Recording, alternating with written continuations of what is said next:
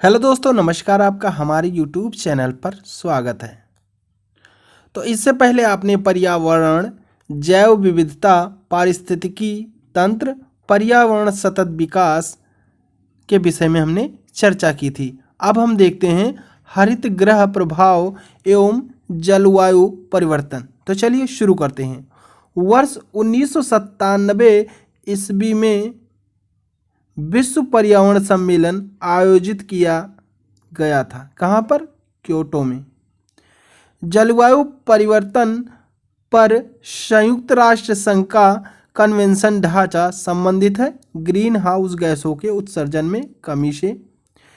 यूरोपीय संघ EU द्वारा विकासशील देशों के साथ वार्तालाप एवं सहयोग से वर्ष 2007 में स्थापित की गई थी भूमंडलीय जलवायु परिवर्तन संधि।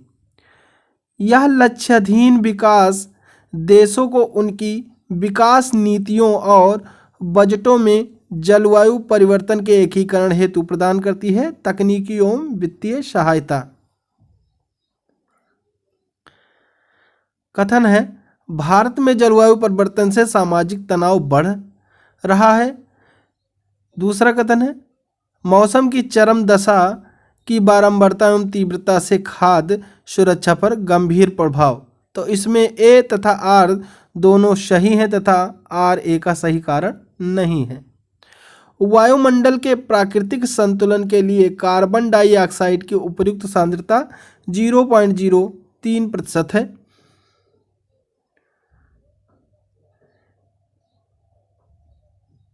जलवायु परिवर्तन के प्रमुख कारक हैं जीवाश्मिक ईंधन का आधिकारिक प्रज्वलन, तैल चलित स्वचालितों की संख्या विस्फोटन तथा अत्यधिक वनोन्मूलन। वह देश जिसने ग्रीन हाउस गैस के उत्सर्जन में कमी करने हेतु वर्ष 2019 में कार्बन टैक्स लगाने की घोषणा की है वह सिंगापुर।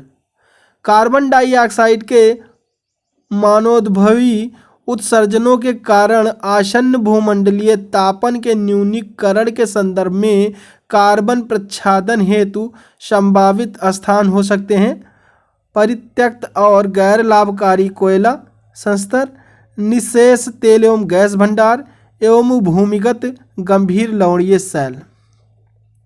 झारखंड राज्य ने जलवायु केंद्र स्थापित किया है संयुक्त राष्ट्र विकास कार्यक्रम UNDP के सहयोग से। जलवायु परिवर्तन पर झारखंड कार्य योजना प्रकाशित हुई वर्ष 2013 एवं 14 में। झारखंड जलवायु परिवर्तन कार्य योजना रिपोर्ट 2014 के अनुसार सबसे संवेदनशील जिला सरायकेला खारसवां है। जलवायु परिवर्तन का कारण ग्रीन हाउस गैस यानी ओजोन परतों का क्षरण तथा प्रदूषण है।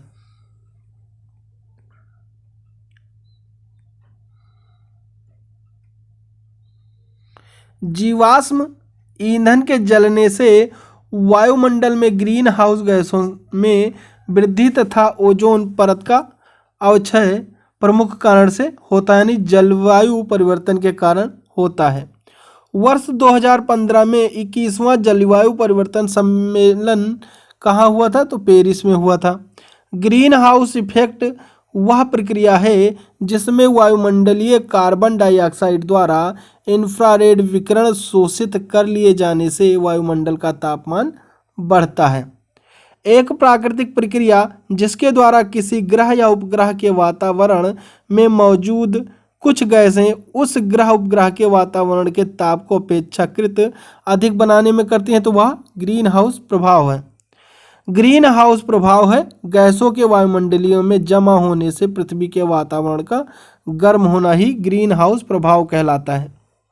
ग्रीन हाउस गैसों की संकल्पना की थी जोसेफ फोरियर ने। क्योटो प्रोटोकॉल संबंधित है जलवायु परिवर्तन से।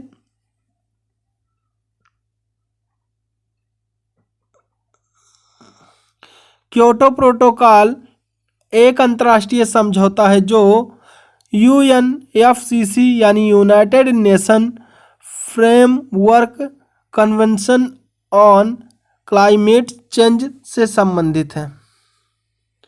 सही कथन है। क्योटो उपसंधि वर्ष 2005 में लागू हुई थी, सही बात है।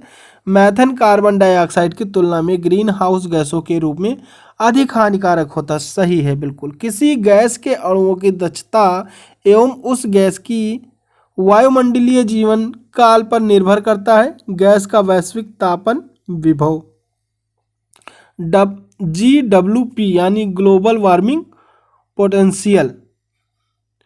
कार्बन डाइऑक्साइड का वायुमंडलीय जीवनकाल परिवर्तनीय है, जबकि सभी समयावधियों के दौरान इसका वैश्विक तापन विभव एक पाया गया है।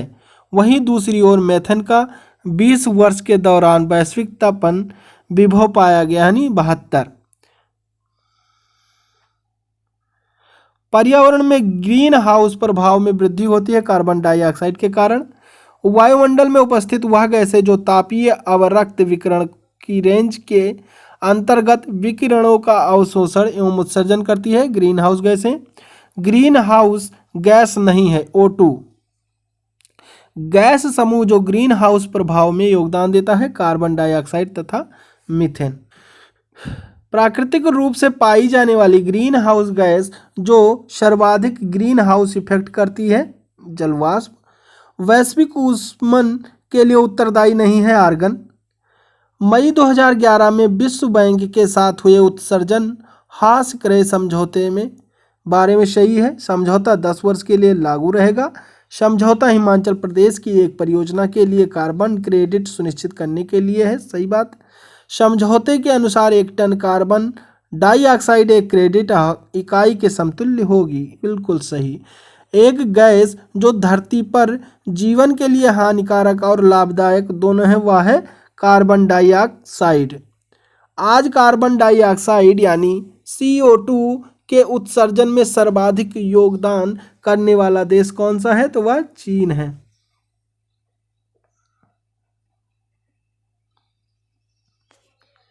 वह देश जिसे दुनिया में कार्बन निगेटिव देश के रूप में माना जाता है, कौन सा है, भूटान है।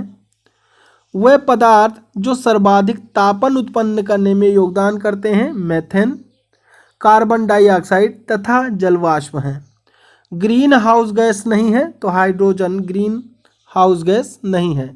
हरित गृह गैस नहीं है, तो नाइट्रोजन हरित गृह गैस नहीं है। गैस जो ग्लोबल वार्मिंग के लिए ज़्यादा जिम्मेदार है, कार्बन डाइऑक्साइड है। Carbon dioxide gas global warming के लिए सबसे ज़्यादा जिम्मेदार है क्योंकि वायुमंडल में इसकी सांद्रता अन्य ग्रीन हाउस गैसों की तुलना में बहुत अधिक है। भूमंडलीय उष्णता यानी ग्लोबल वार्मिंग के परिणाम स्वरूप हिमनदी द्रवीभूत होने लगी, समय से पूर्व आम के बौर आने लगा तथा स्वास्थ्य पर कुप्रभाव पड़ने लगता है।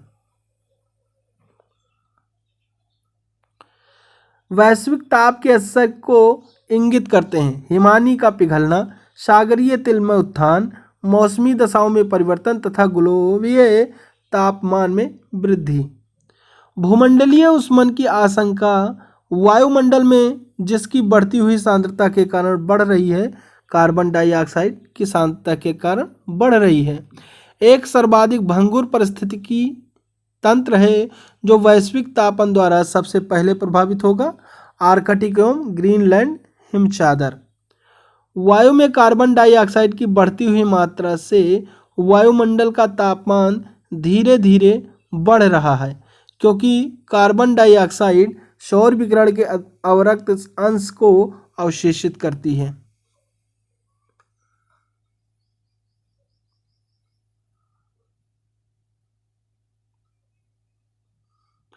प्रमुख ग्रीन हाउस गैस मेथेन के स्रोत हैं धान के खेत, कोयले की खान, पालतू पशु व आर्द्र भूमि। मेथेन उत्सर्जन के प्राकृतिक स्रोत हैं आर्द्र भूमि, समुद्र, हाइड्रोजन। मानव की क्रिया जो जलवायु से सर्वाधिक प्रभावित होती है, कृषि है। जुगाली करने वाले पशुओं से जिस ग्रीन हाउस गैस का निस्सरण होता है वह है मेथेन। मेथेन यानी CH4 गैस को कहते हैं मार्स गैस। यह एक आंदोलन है जिसमें प्रतिभागी प्रतिवर्ष एक निश्चित दिन 1 घंटे के लिए बिजली बंद कर देते हैं तथा यह जलवायु परिवर्तन और पृथ्वी को बचाने की आवश्यकता के बारे में जागरूकता लाने का आंदोलन है। तो वह है पृथ्वी काल। जलवायु परिवर्तन और पृथ्वी को बचाने की आवश्यकता के बारे में जागरूकता लाने हेतु world wide fund for nature द्वारा आयोजित किया जाने वाला एक विश्वव्यापी आंदोलन है पृथ्वी काल यानी अर्थ आवर। 50 से अधिक देशों द्वारा समर्थित संयुक्त राष्ट्र का मौसम परिवर्तन समझौता मार्च 21, 1994 को प्रभावी हुआ। यह सरकार एवं व्यवसाय को नेतृत्व देने वाले व्यक्तियों के लिए ग्रीन हाउस गैस उत्सर्जित को समझने, परिणाम निर्धारित करने एवं प्रबंधन हेतु एक अंतर्राष्ट्रीय लेखाकार साधन है। Green house gas protocol world resource institute यानी WRI तथा world business council on sustainable development यानी WBCSD द्वारा ग्रीन हाउस गैस प्रोटोकॉल का विकास किया जाता है। क्योटो प्रोटोकॉल प्रभावी हुआ वर्ष 2005 से। जापान के क्योटो शहर में हुए UNFCCC के तीसरे सम्मेलन में क्योटो प्रोटोकॉल को स्वीकार किया गया 11 दिसंबर 1997 को। क्योटो प्रोटोकॉल समझौते के अनुसार अधिक ग्रीन हाउस गैसों का उत्सर्जन करने वाले देशों के लिए उत्सर्जन में वर्ष 2008 से 12 तक कटौती करने का प्रावधान 5.2% किया गया है। वर्ष 2015 में पेरिस में UNFCCC की बैठक में विकसित देशों ने वैश्विक तापमान में अपनी जिम्मेदारी स्वीकार की थी तथा साथ साथ ही कई देशों की सहायता से वर्ष 2020 तक जलवायु निधि जमा करने की प्रतिबद्धता की, तो वह 100 अरब की थी।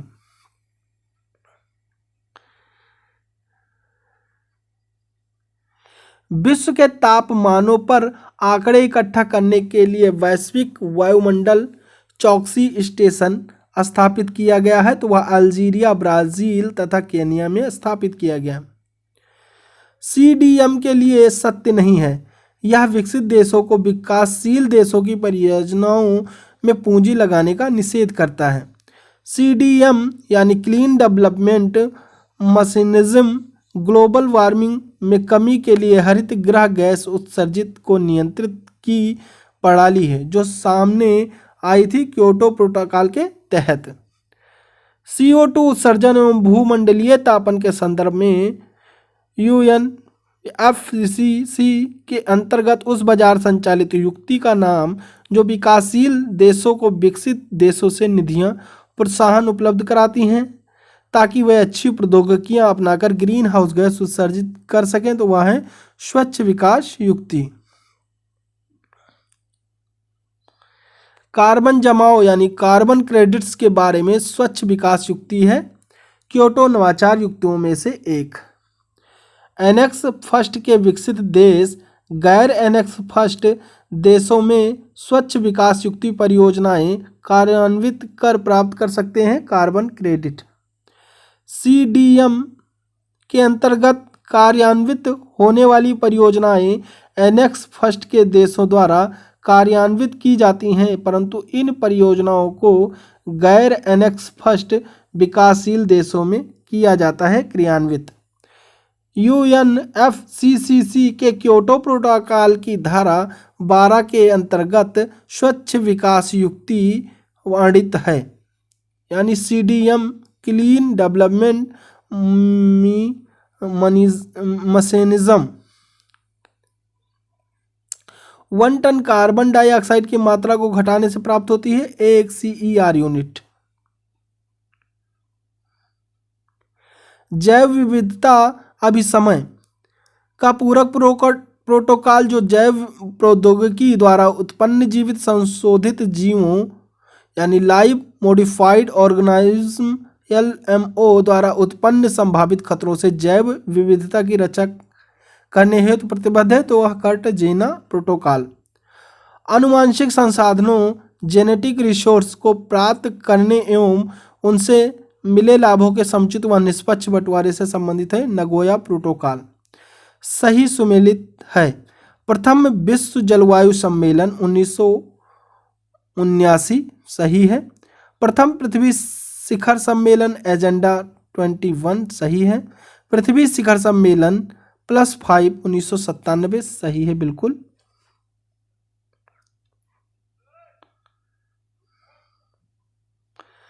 क्योटो प्रोटोकॉल के तहत पर्यावरण में कार्बन उत्सर्जनों को कम करने के लिए लागू की गई थी कार्बन क्रेडिट प्रणाली। अंतर्राष्ट्रीय बाजार में कार्बन क्रेडिट का क्रय विक्रय किया जाता है उनके वर्तमान बाजार मूल्य के अनुसार। कार्बन क्रेडिट का दृष्टिकोण शुरू हुआ क्योटो प्रोटोकॉल से। Bio carbon fund initiative for sustainable forest landscapes का प्रबंधन करता है विश्व bank. Bio carbon fund initiative for sustainable forest landscapes एक बहुपक्षीय कोष है। यह कोष स्थलीय क्षेत्र से कमी करने को बढ़ावा देता है। तो यह है ग्रीन हाउस गैस उत्सर्जनों में। यह सरकारें, व्यवसायों, नागरिक समाज और देशी जनों इंडिजीनस पीपल्स की एक वैश्विक भागीदारी है। यह देशों की उनके वनोन्मूलन और वन निम्नीकरण उत्सर्जन कम करने plus reducing emissions from deforestation and forest degradation plus प्रयासों में वित्तीय एवं तकनीकी सहायता प्रदान कर मदद करती है। तो वह वन कार्बन भागीदारी सुविधा यानी फॉरेस्ट कार्बन पार्टनरशिप फैसिलिटी है। वन कार्बन भागीदारी सुविधा विश्व बैंक का एक कार्यक्रम है जो जून 2008 में प्रारंभ हुआ था। वैज्ञानिक दृष्टिकोण यह है कि विश्व तापमान पूर्व औद्योगिक स्तर पर 2 सेल्सियस से अधिक बढ़ना चाहिए। यदि विश्व तापमान पूर्व औद्योगिक स्तर से 3 सेल्सियस के परे पर बढ़ जाता है तो विश्व पर उसका संभावित असर होगा यानी स्थलीय जीवमंडल एक नेट कार्बन स्रोत की ओर प्रवृत्त होगा तथा विस्तृत प्रवाल मृत्यता घटित होगी। IPCC या द्वारा प्रकाशित असेसिंग की vulnerable and the risk from climate change नामक रिपोर्ट के अनुसार यदि विश्व तापमान पूर्व औद्योगिक स्तर से 2 सेल्सियस बढ़ जाता तो पृथ्वी के पारिस्थितिकी तंत्र का रूपांतरित हो जाएगा 1/6। यदि विश्व का तापमान पूर्व औद्योगिक स्तर से 3 सेल्सियस से अधिक बढ़ जाता है तो स्थलीय जीवमंडल एक नेट कार्बन स्रोत की ओर प्रवृत्त होगा, साथ ही विलुप्त होने की कगार पर पहुंच जाएगी। तो यह 30% तक ज्ञात प्रजातियां। पिछली शताब्दी में पृथ्वी के औसत तापमान में वृद्धि देखी गई 0.8 सेल्सियस की।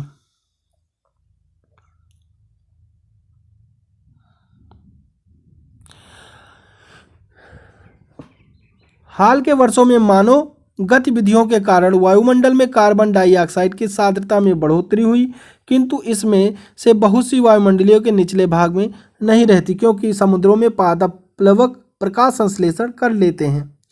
यदि किसी महासागर का पादप्लवक किसी कारण से पूर्णतः नष्ट हो जाए तो इसका प्रभाव होगा कार्बन सिंक के रूप में महासागर पर प्रतिकूल प्रभाव पड़ेगा एवं महासागर के खाद्य श्रृंखला पर प्रतिकूल प्रभाव पड़ेगा। जलवायु परिवर्तन के खगोलीय सिद्धांतों से संबंधित है। पृथ्वी की कक्षा की उत्कीर्णता यानी अंडाकार कक्षीय मार्ग तथा पृथ्वी की घूर्णन कक्ष की त्रियकता यानी झुकाव, विषुवयन, पृथ्वी की सूर्य से अपसौर या अपसौर की स्थिति।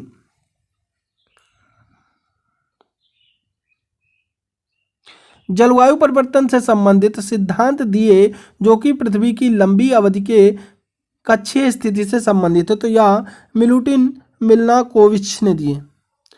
पृथ्वी का धुरी पर अवस्था बदलना जलवायु परिवर्तन के लिए एक कारक है। यह कथन मिलुटिन मिलानकोविच का है। जलवायु परिवर्तन का क्रायोजेनिक संकेतक प्राप्त किया जाता है आई स्कोर से। किसी ग्लेशियर या बर्फ की चादर को छेद कर प्राप्त किया गया एक बेलनाकार नमूना है हिम तत्व का। भारत की जलवायु परिवर्तन पर प्रथम राष्ट्रीय क्रिया योजना प्रकाशित हुई 2008 ईस्वी में।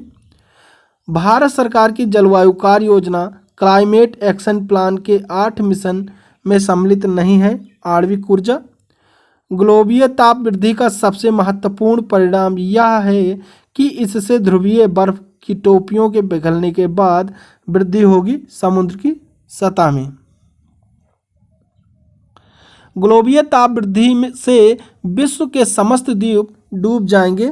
मूंगे के अनुसार यह संभावना है कि 2044 ईस्वी तक फिजी डूब जाएगा और समुद्र तल के बढ़ने से इसी वर्ष तक एक गंभीर संकट छा जाएगा। कहाँ पर? नीदरलैंड पर। आईपीसीसी के अनुसार वर्ष 1900 से 2100 के बीच समुद्र सतह में वृद्धि का अनुमान है। कितना वृद्धि का अनुमान है? 0.33 से 0.45 मीटर वृद्धि का अनुमान है।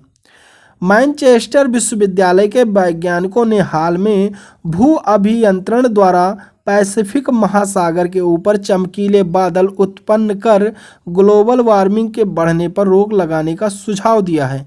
इसकी पूर्ति के लिए वातावरण में छिड़का जाता है। तो वातावरण में क्या छिड़का जाता है? समुद्री जल।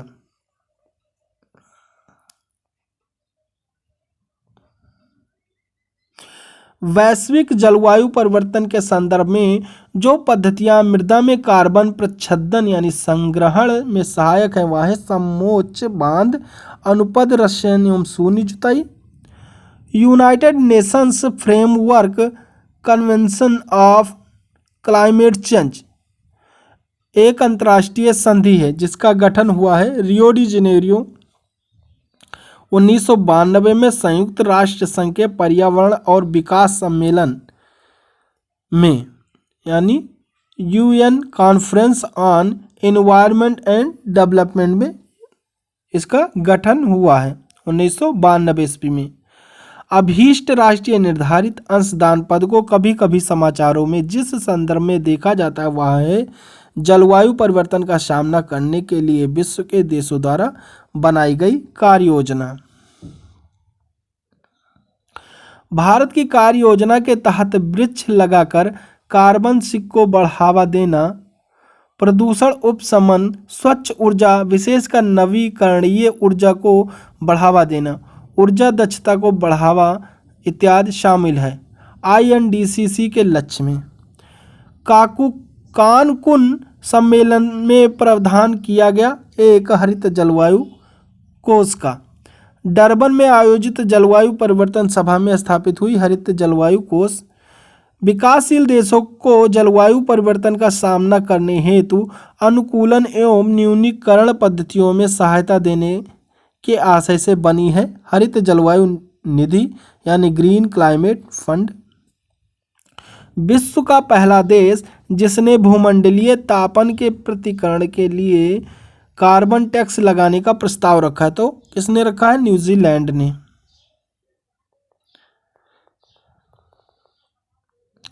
बड़े पैमाने पर चावल की खेती के कारण कुछ क्षेत्र संभवतः वैश्विक तापन में योगदान दे रहे हैं। इसके लिए कारण जिनको उत्तरदायी ठहराया जाता है चावल की खेती से संबंध आवयवीय परिस्थितियों मेथन के उत्सर्जन का कारक है।